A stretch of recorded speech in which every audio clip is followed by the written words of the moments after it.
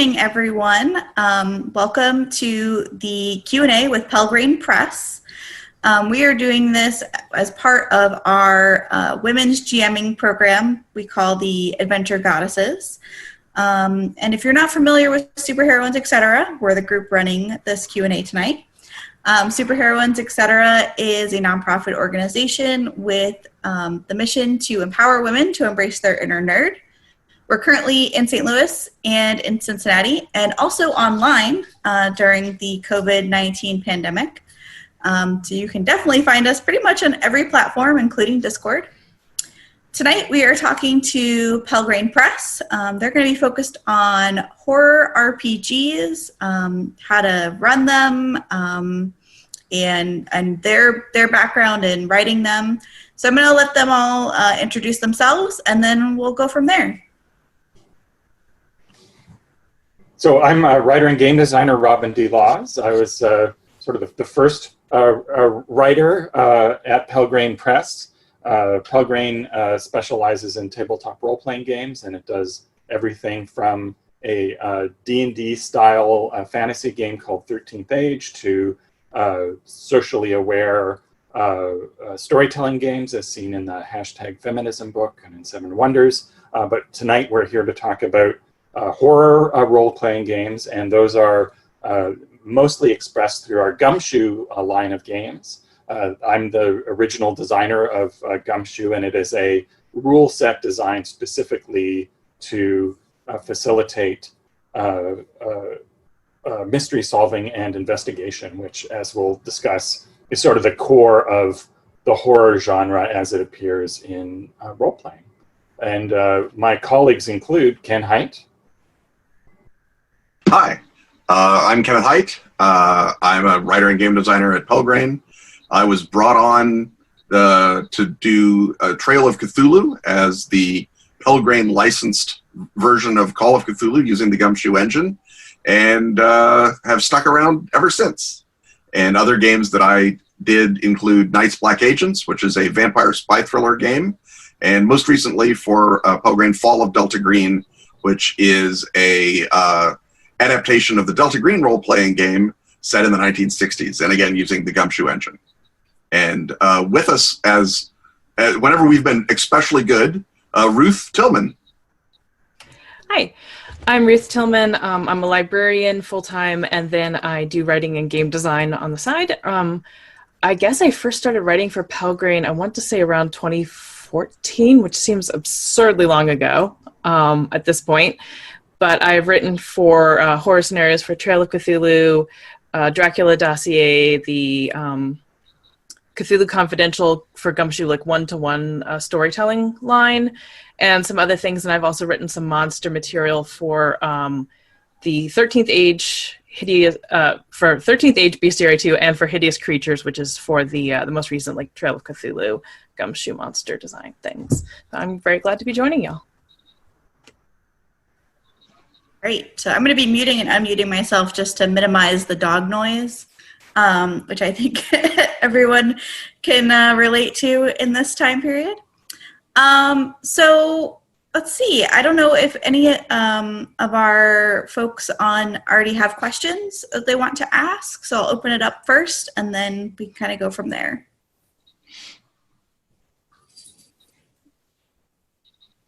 All right, lots of confused faces.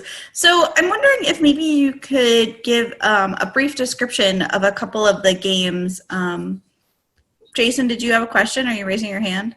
Yeah, I was just waiting for everybody else to go first. Oh, okay. Go for it.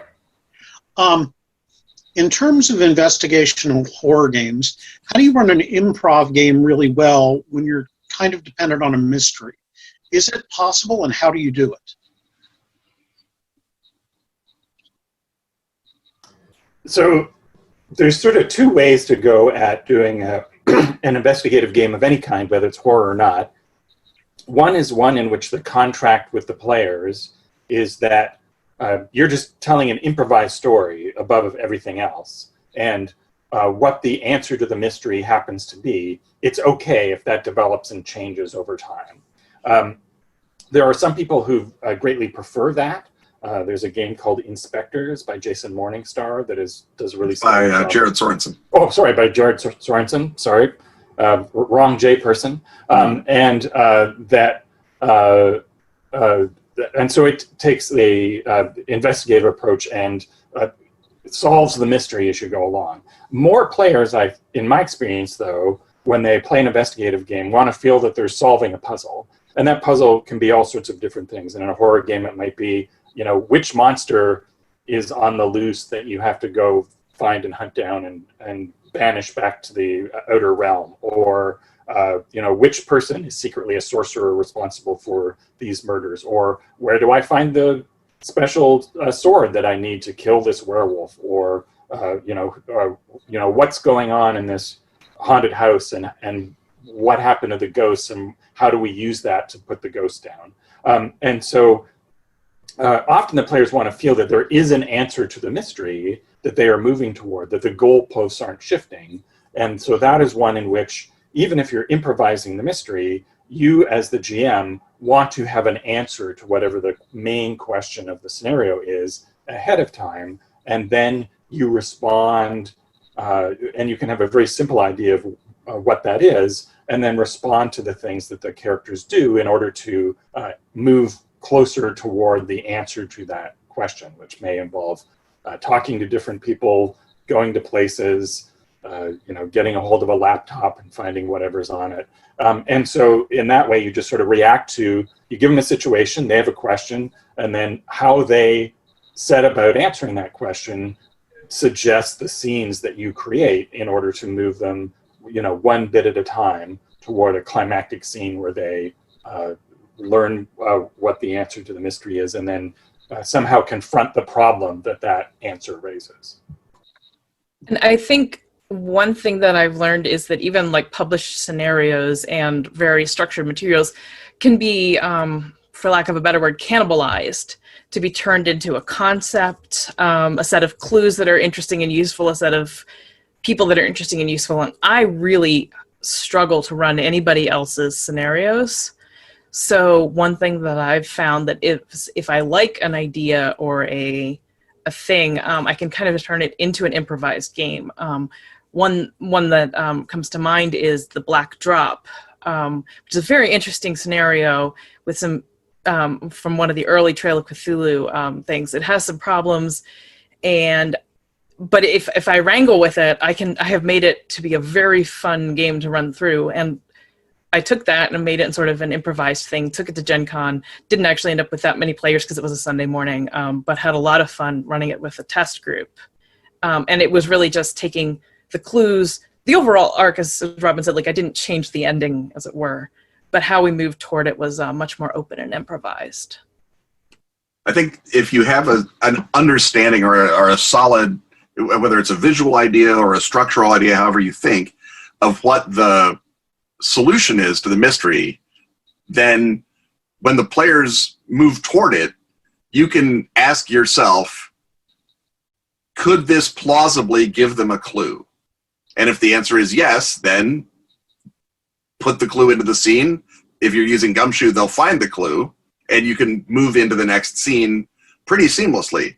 If you know that the Baron is a vampire, and the players are wandering around, and one of them's like, I'm looking through the Baron's kitchen, and you're like, it's weird, there's no garlic there, right? You didn't write that down, but well, a vampire's not going to have a bunch of garlic in his kitchen. He'd hate that. Or they go out and they're in the Baron's garden. It's like, oh, these are the loveliest lilies you've ever seen. That's odd. Normally there'd be roses in a garden like this, but the vampires don't like roses. So you have an idea of what the solution is, and as the players move through the story or towards the solution, you can be answering and asking the question in your head, if there's a clue here, what is it? How do the players get to it? The players will be trying to get to it, and then you just sort of leave it in their path or point it toward them. I mean, that's how you would do it, whether you wrote it down or not. It's just that improvising means you didn't have to write down all the weird side paths the players don't go down. It's actually simpler, really, than writing it out, or like Ruth implies, running a scenario that has to answer all of those questions, and so you have to be familiar with all those questions to do it. I think it's again, if your players are at all proactive, it becomes very, very easy and super fun to improvisationally, say, yeah, it's weird that there are no footprints there. Why do you think that is? And then that's then that can be the moment of they're actually solving the mystery because they're putting the clues together as they stumble over them. So when I think about horror, I guess my mind goes straight to the bloody, gory, terrible Hollywood stuff. And I had never really thought about horror in this way of solving mysteries. I mean, it makes sense, kind of thriller-esque. So I want to hear about how you define horror and what that means for your writing. I mean, horror is just it's a genre of emotion, right? A Western has to happen in the West. Science fiction has to be about answering a question about the future or about an alternate past. Those are constraints. Horror is just an emotion. You can have science fiction horror like Alien. You can have Western horror like Ravenous. It's just about, are you scared? Is this scary? And that's horror. And you can define it either as intent, do I mean to scare you?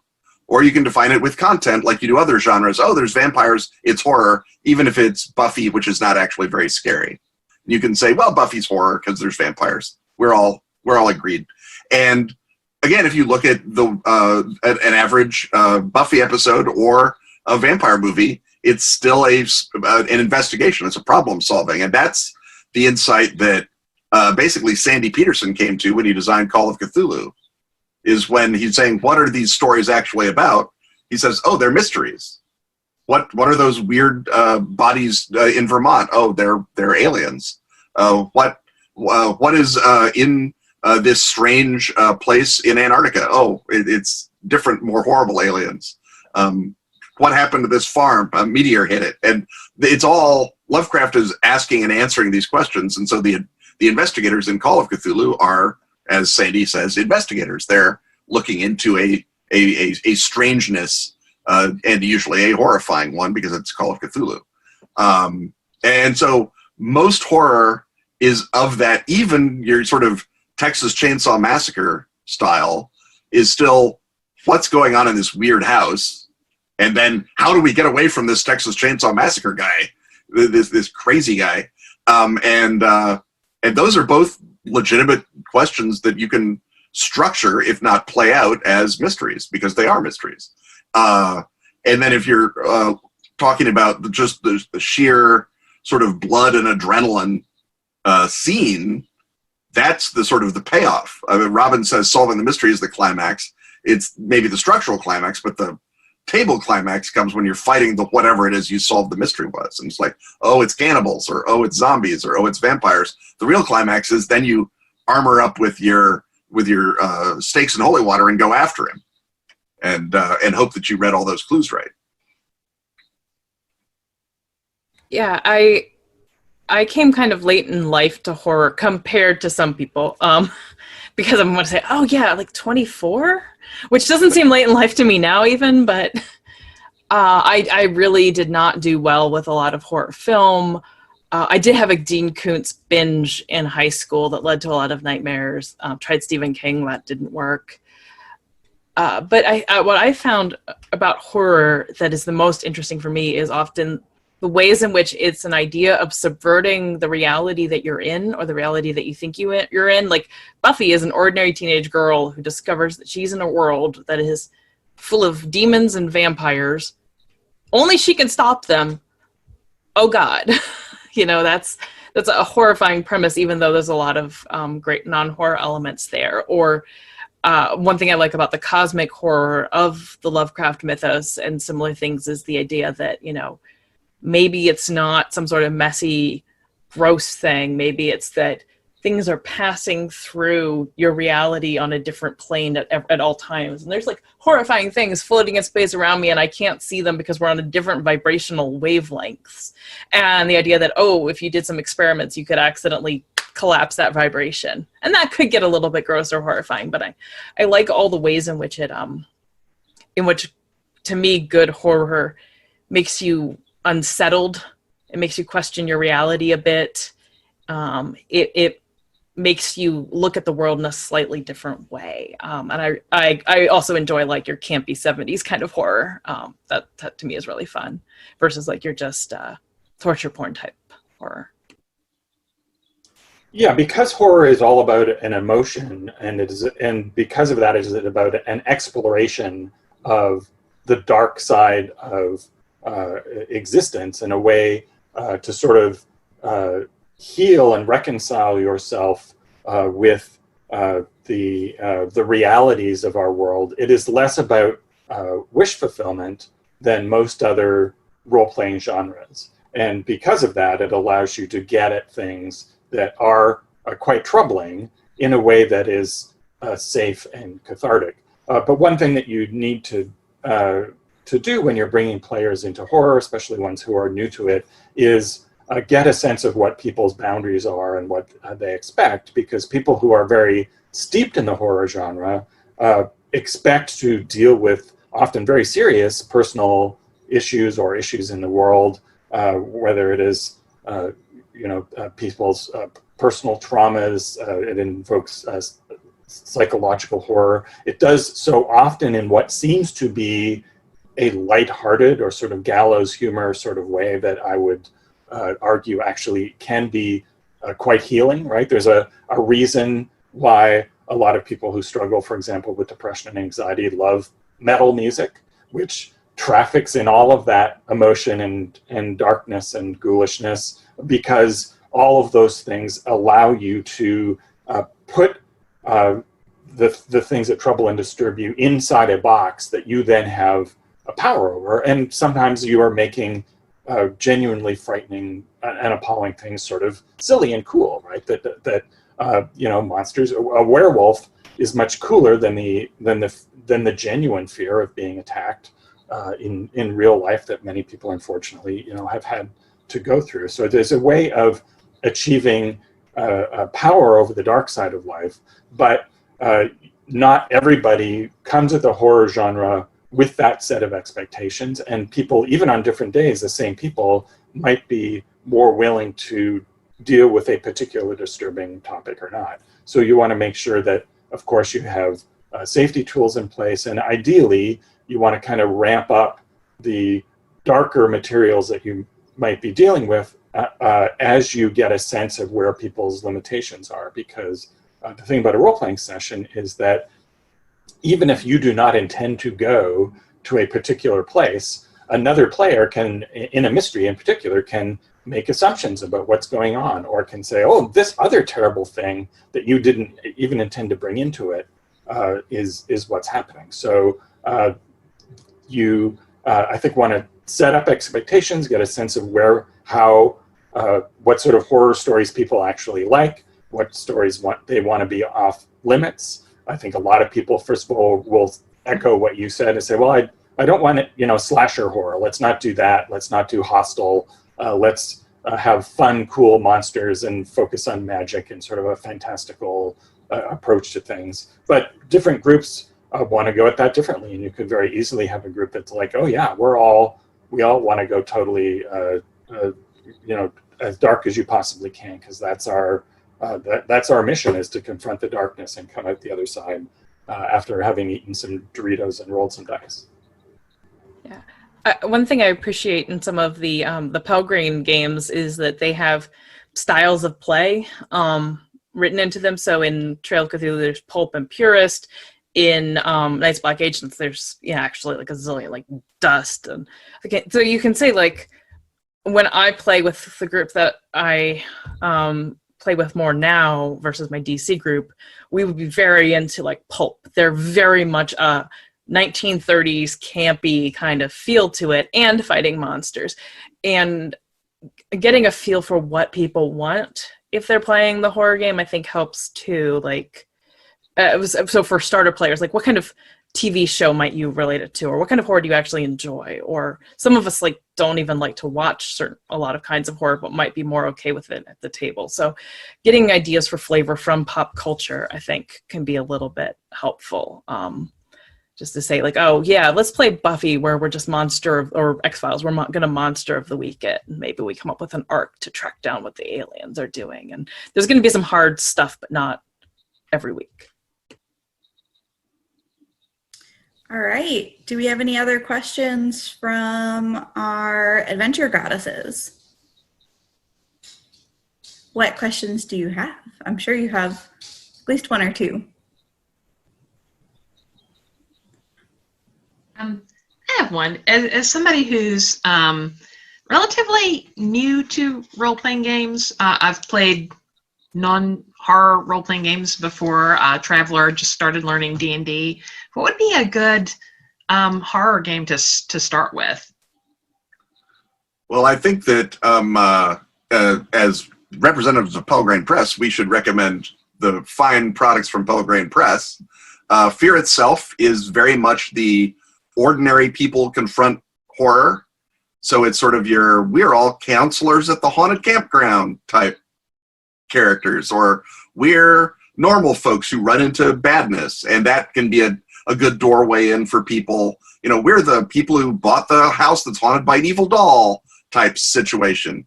And if that's the sort of, again, I think Ruth's idea of talking to people about what sort of horror media they liked before can help you answer it. Trail of Cthulhu obviously adapts the greatest role-playing game of all time, Call of Cthulhu. So if you are a Lovecraftian aficionado, I think that's the one to go for. And then Night's Black Agents is a more high-octane Jason Bourne versus Dracula vampire hunting sort of horror. So, I mean, just Pelgrane has sort of a bunch of different dials and switches you can do. And Esoterrorists is a police procedural sort of against the horrors. And the horrors in Esoterrorists are very reflective of the worst parts of the modern world. And the monster book is legitimately awful. It's just very bad.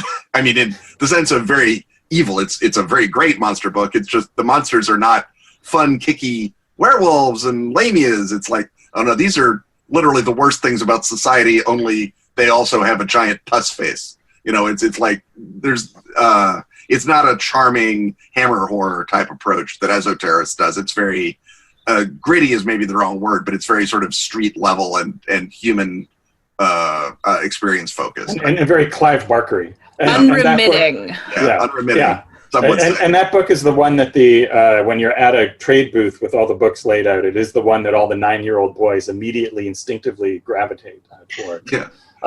And Ken's, we're not even out of horror games from Pelgrane. There's Ken's Night's Black Agents, which is basically hyper-confident modern spies who discover they're being chased by vampires. And then the newest one is my game, the Yellow King role-playing game, which is a very ambitious version of horror based on sort of psychological or reality horror. That's based on the stories of Robert W. Chambers and many people afterwards who've expanded those 4 simple short stories into a sort of an ever-growing mythos of shifting reality. And in this game, you sort of move back and forth between different settings. So the first one is set in Belle Epoque Paris, so that gives you all sorts of exciting historical stuff to play with in one of the most glamorous periods in the world. And the next one is called The Wars, which is a sort of a war in an alternate reality with strange war machines and the idea that 1947 Europe has been turned into a chessboard for supernatural entities who are fighting each other. Then there's Aftermath, which is more of a political allegory. It's set in an alternate reality after 100 years have passed, and the supernaturally assisted tyrannical government of the United States has been overthrown in part by the player characters. So they've developed a particular set of skills as revolutionaries, and now with the supernatural present but still receding, they have to both worry about mopping up the remnants of that and also decide what society they want to build on. And then the final one is those same characters reappear in an alternate reality, which is essentially our reality, the modern day. Those same formerly glamorous people are now sort of ordinary people, but there's still supernatural shifting reality underneath the surface. And the name of that book is This Is Normal Now, which has no particular additional resonance since its publication. Yeah, I just grabbed the lovely slipcase off my because these are my two favorite of those settings, and they're gorgeous books and digestible. I think is one nice thing. Like this has more of the core rules, and this has the additional stuff and setting. But the thing I think about these ones is this one in particular. You're playing horror, but it's a very. I don't want to say that things can't get like dark and slashery and such, but of your lovely Pelgrane products, this is the one where things can be like, I think, the most unsettling and weird of all of them so far. And so you're maybe I'm just sorry, I'm looking at some of the things on the back, like, oh, you could trade barbs with legendary vampires or walking corpses, but you can end up like in a French catacomb solving mysteries, and I think that's a pretty fun hook. And I have not played enough at this one yet, but I did some writing recently for this one, so that's my pitch is of newer products. I think this might be a nice place to start with people because you get to be artists and art students and art type people, and I think that's a more stylized, I guess that's the word I'm looking for, a more stylized entrance. All the settings are kind of stylized. I find This Is Normal Now terrifying, which is also maybe like, right? Like you want to play in a terrifying version of our reality, come up with a mysterious play. That's too soon, but so that's my thoughts. But I mean, Trail of Cthulhu, like that's like my little core book, but this one has got me really excited about newer players. Thank you. I have a wish list now. I wrote all this down. Lindsay, do you have a question? Sure. Thanks for all you guys are doing. This is really, really interesting.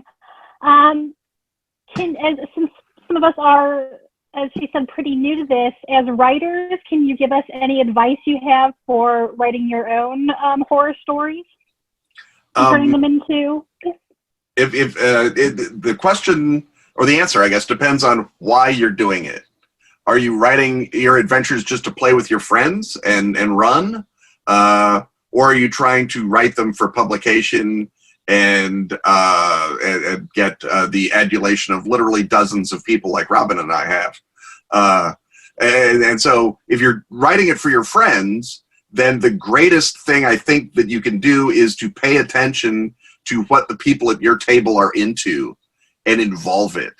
And that is also, pay attention to what is a genuine traumatic thing for them and avoid it, right? If you've got a character who's been, a player who's been mugged, maybe don't make street crime a big focus of the game if they don't want to explore that trauma with dice, or whatever it happens to be.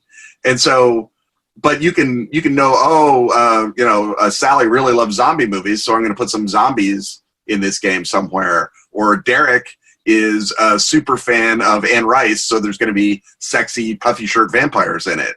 And so you can tailor it to the player, and that, because horror is about making an emotional connection with the players, that's literally the point of it, is you have such a great sort of a shorthand shortcut for something at the table. And then in the structure, every Pelgrane game has what a horror scenario looks like, sort of a build to order spine for a sort of a basic structure. And at the table, there's no better structure than the roller coaster, where you go up, up, up, slow, slow, slow, investigate, investigate, investigate. What's happening? This is getting creepy. I don't think this roller coaster was maintained. That guy who put us on the roller coaster looked very young. Minimum wage, probably. Oh, we're so doomed. And then it lets you go, ah! And that's the big reveal, the big scare.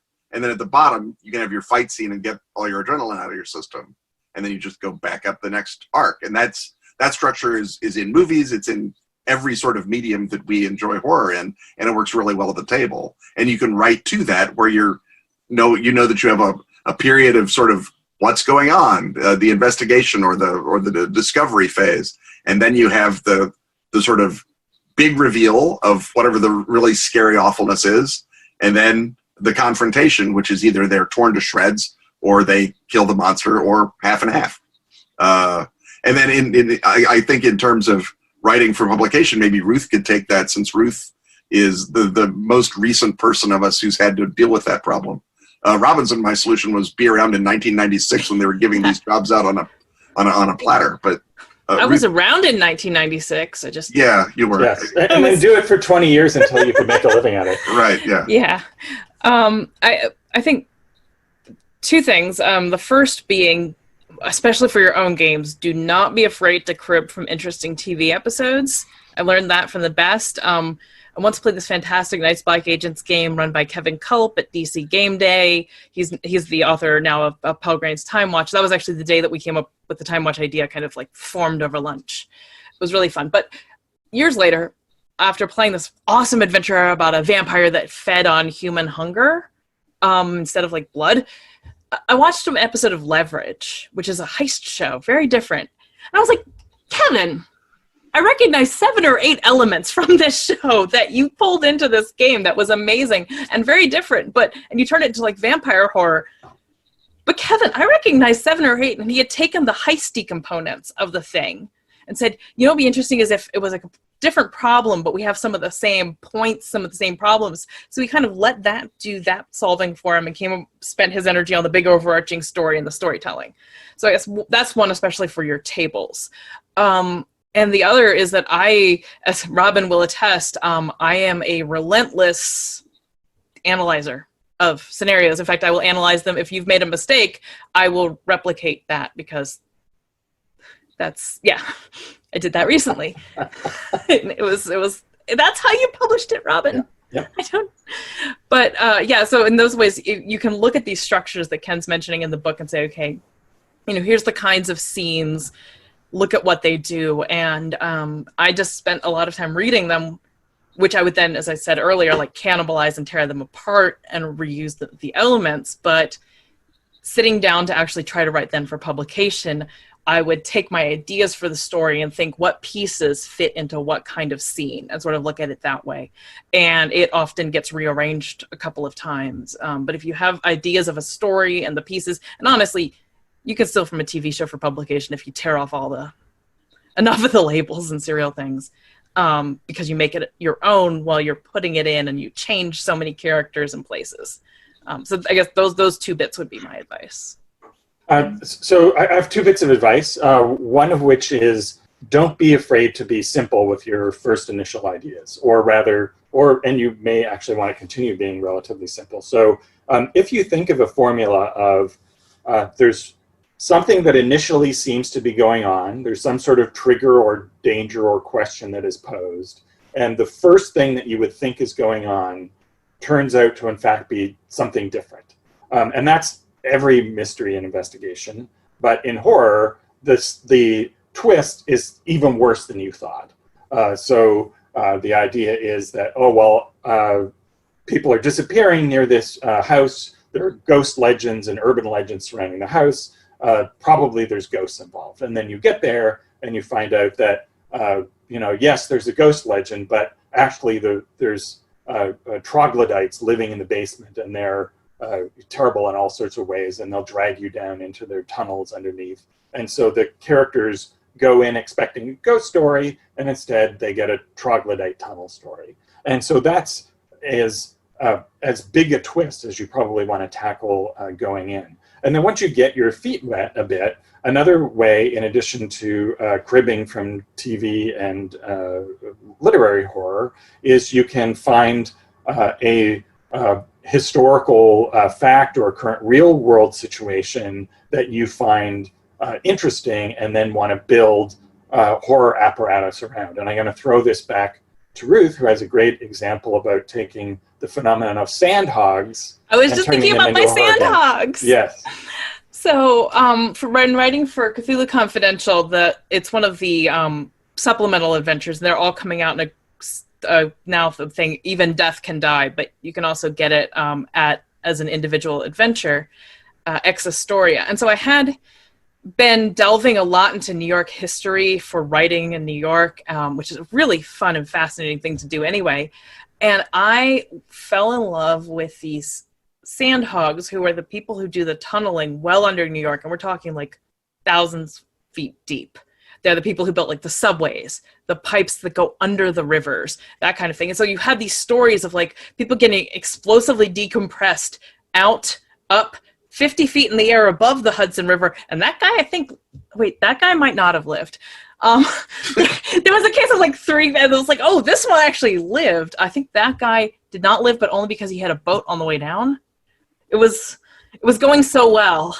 But so they were living in this like subterranean horror and everything. And so I thought, well, what can I put under the city? And I had different ideas, and I went with one particular path, but that was a fun thing where I could then do some extra reading and bring in like more culture to help you turn it into a union situation where you have this union of people who are saying, no, we have encountered something dangerous. We don't know what it is. We don't want to go down there. And people are trying to put scabs down there, and all kinds of shenanigans ensue. And so like that's a case where I found the things and I said, okay, we're dealing with underground, we're dealing with tunnels, like here are some elements of what they would be with. But I also found these ideas so fun that like I got to write up the characters, and it's like, oh, and they're dealing with real life horror too, because they do really cool underground stuff. Very proud family traditions, but they retire very young. They have to deal with decompression, sickness, potentially. All these other things that are like physical tolls on the body. And so as you're doing it, you start to think about how much of what is functional about New York was dependent on these people who had to retire at like 38 because their bodies would be like under too much of a toll, and they die at like 60. And that was just how it worked. And kind of sort of still is. And so just that sort of everyday horror also I thought fit very well with the idea of we're going to be dealing with that one mixes horror with noir, which has its own like human sides to things. I love my sandhogs. That was a really fun thing to read about. Do we have any other questions?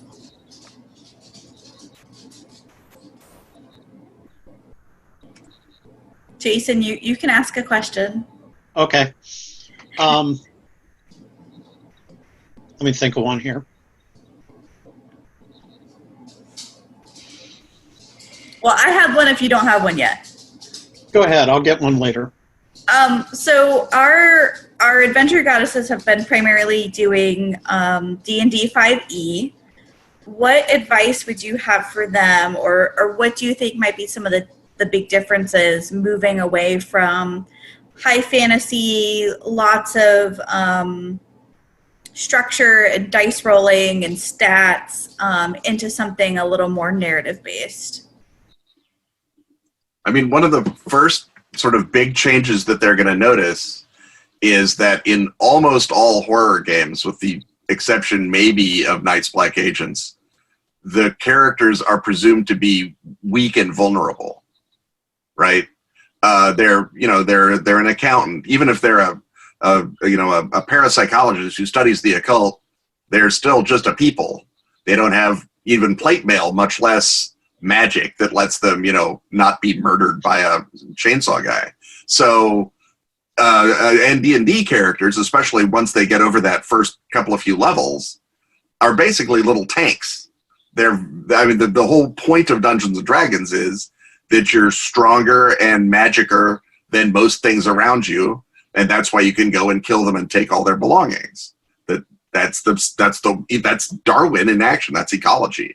But in horror games, the assumption is literally the opposite. That if you're going down into a tunnel after a monster, you're probably going to die horribly.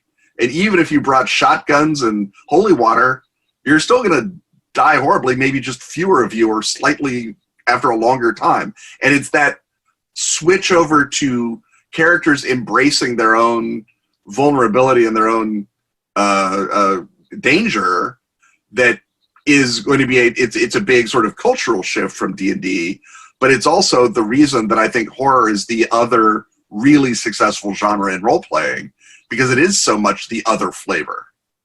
And And there, like I say, there are games where you play sort of, you know, Batmans and Navy SEALs and type badasses going after monsters, and that's great fun too. But in the standard horror game, the assumption is the monster is more dangerous, and you have to out clever it, or you have to, you know, out good it even. And that's not an assumption that is native to D&D. In terms of the sort of the styles of narrative play versus very dice delimited play, I think you'll find that most horror games, the combat doesn't take nearly as long as it does in D&D. So if you're going to do anything with the rest of the time, it's going to wind up being role-playing of some sort.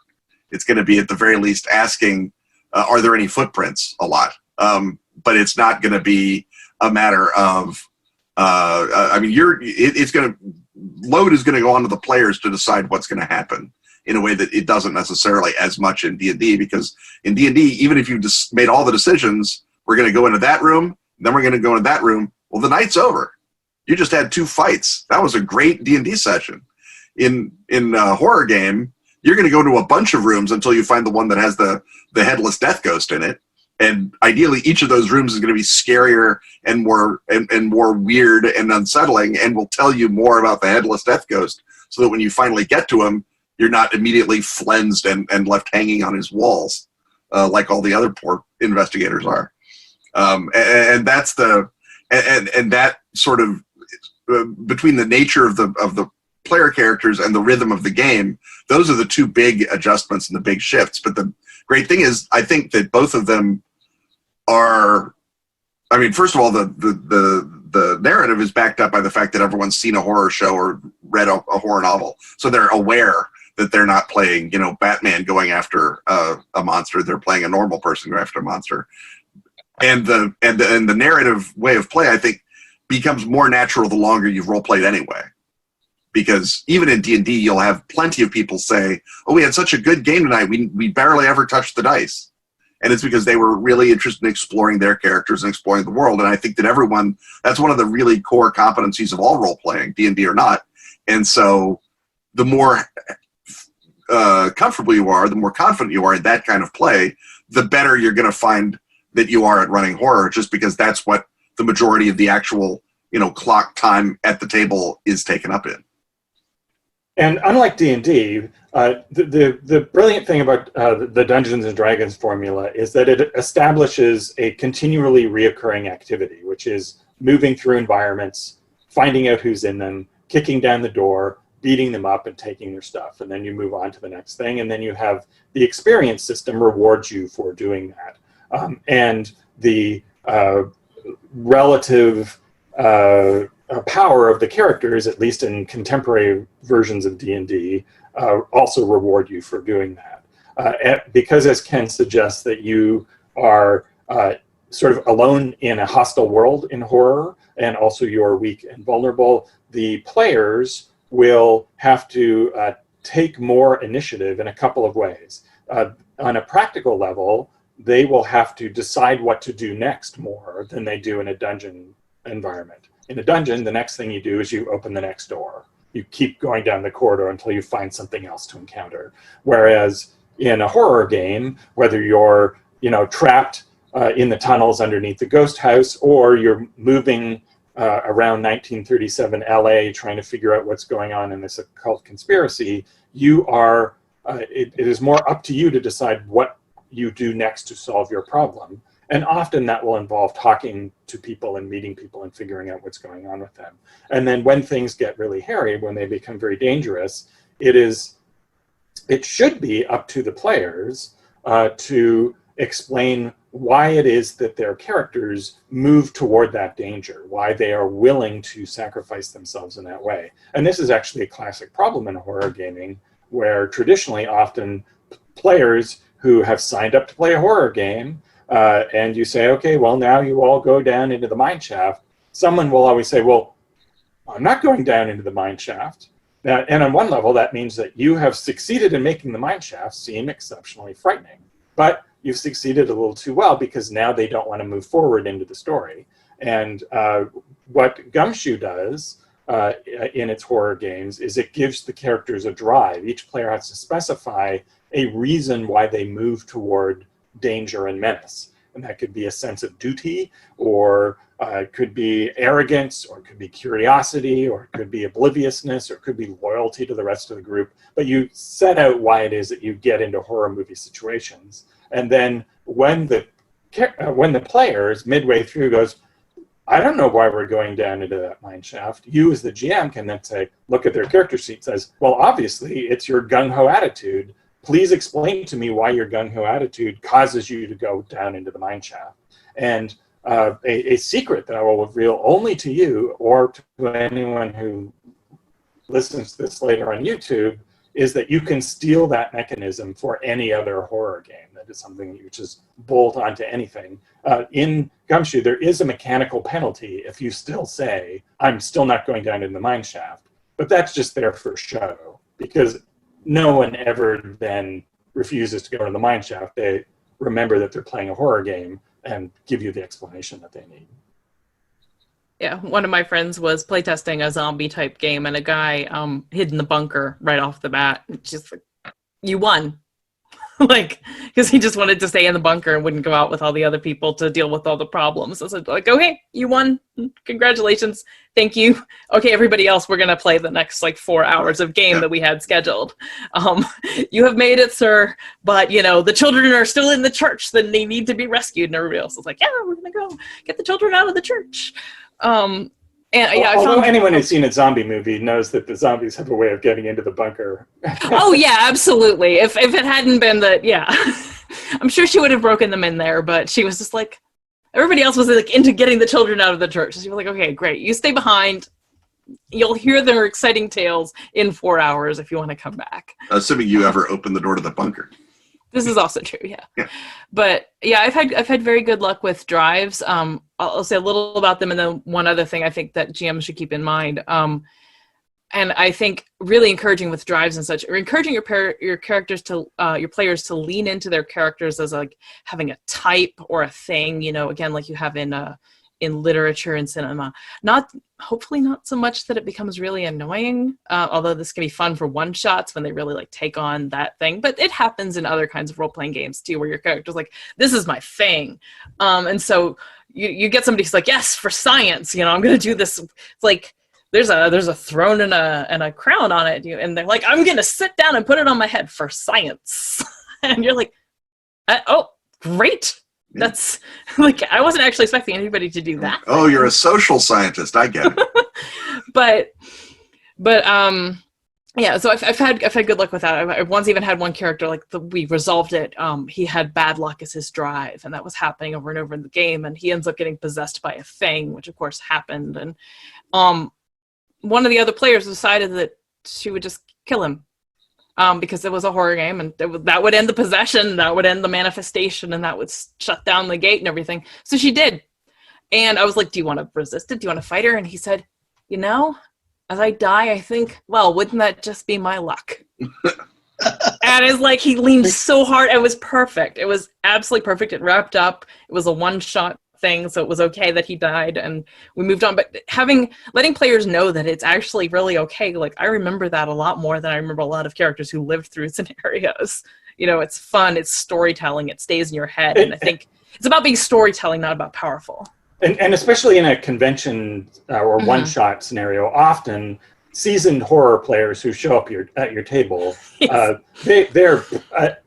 They're very happy to be killed off at the end, and they might even be disappointed if they're not killed off. So that's the completely opposite assumption that people bring to their more heroic D&D genre stuff, where it's like, I've got to win, and it's like, whereas horror players are often like, I want to lose in the most memorable, horrible way possible. And Ruth, I think you had a second point.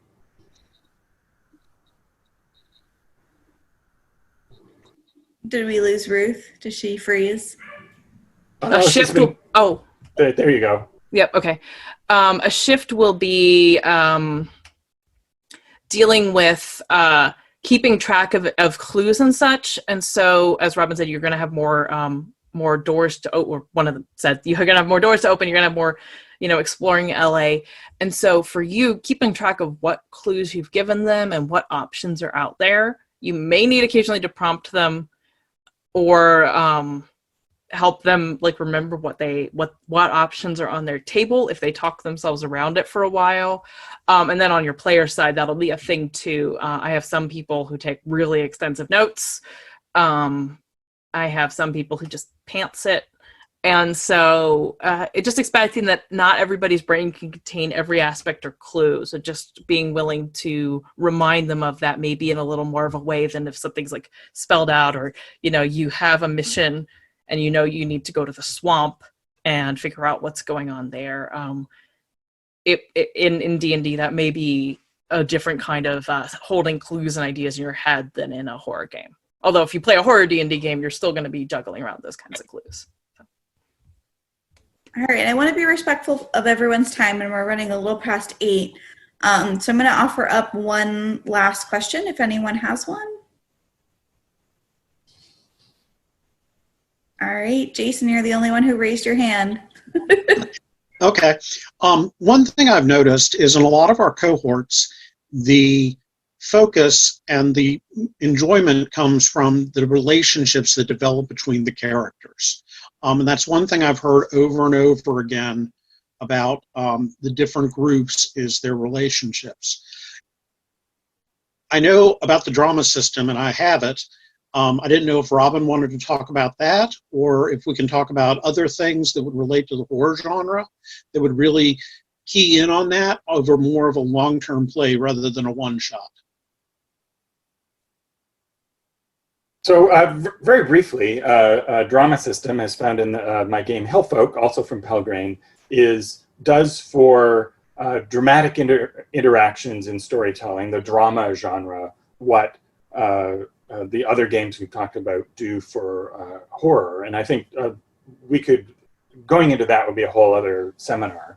But in horror gaming, you can steal, and I have stolen from myself, a technique of sort of quickly creating relationships between characters. So in the first sequence of the Yellow King, you're all art students, or you're mostly art students together in Paris. And one of the things you explain about each other at the beginning is, why are you a group of people?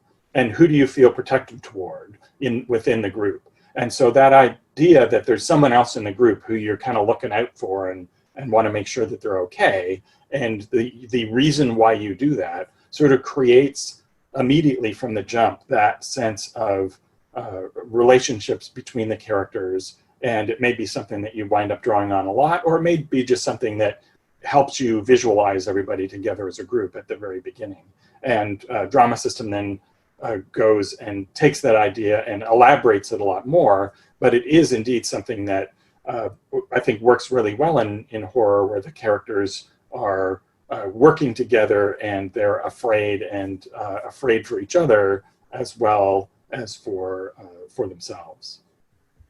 Yeah, I've done a system where I've handed out cards at the table. This is particularly for one-shots, where I ask them to answer the card about the character on their left, which also gets them to like look at the character's name and who they are. And it can be something like, there was one we were doing where they were in Egypt, and I sometimes even do this with my more established gaming group, because we're more likely to do one-shots because it's like we can get 3 weeks in a go, and then we're done again for months.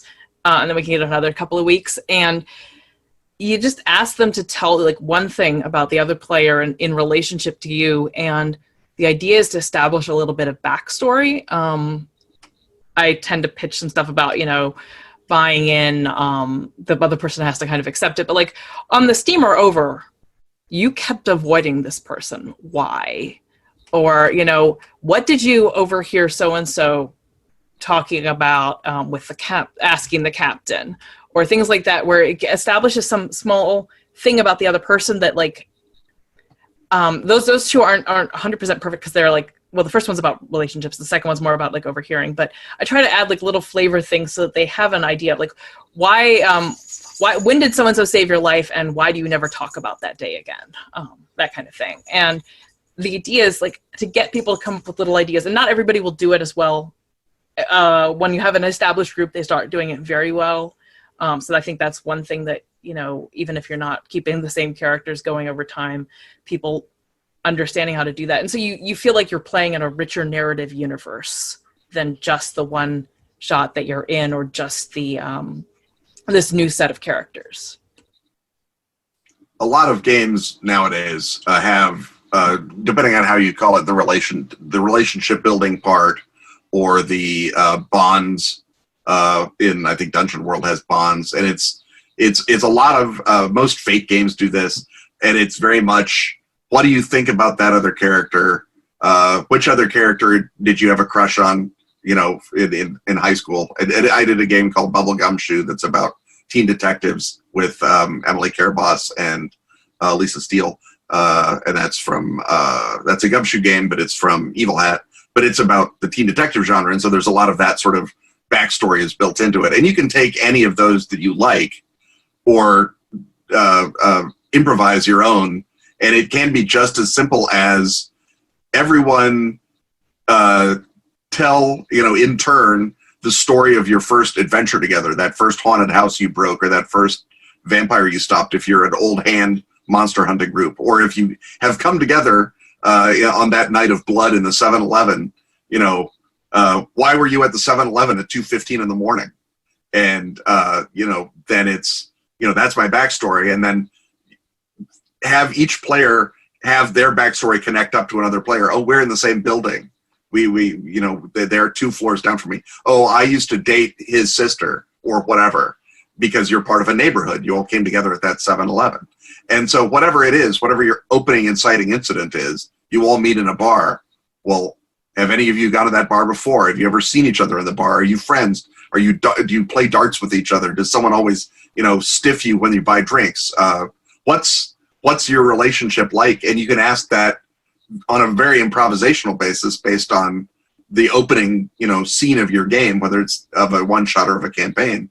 And you can formalize it as much as you want. I mean, Robin, like he said, there's systems in Yellow Cane for doing it. There's systems in Fear itself sort of for doing it. There's systems in a lot of games for doing it. And if you found one you already like, you can port these things from system to system, game to game, because these are decisions that are about character. They're not mechanically immediately relevant, except maybe you would say, oh, since you're in love with them, or you're looking out for them, or they're your little kid brother, you maybe get a +1 time to help them or something. And you can build that as elaborately as you want, but I think like Ruth was saying, just having that little narrative bit is often such a good key for setting up role-playing and digging into character. Well, thank you all so much for your time. We really appreciate it. And I'm very excited to share this with the rest of the cohorts. Well, I hope that they enjoy horror gaming. It's the greatest. It's good stuff. This top shelf here is like mostly horror. It's all Pelgrane. There's a couple of other shelves too. You've even got Bubblegum Shoe down there. It's hanging out with the Fate books. Yep. Yeah, I hope I'm a librarian. I get very organized. I hope everyone in the group has a lot of fun going down into the ghoul tunnel. And if the ghouls tell you anything, like they have a box that they would like you to put your hand in, just go with them. The ghouls, you can trust them. Don't worry about them. They've lived in that graveyard for 180 years. You'd think they'd know which the safe box is by now. Exactly, yeah. So just my final word of advice, just trust what the ghouls tell you. Yep. Well, thank you so much. Thank you. Thank you. Thank you very much for having us.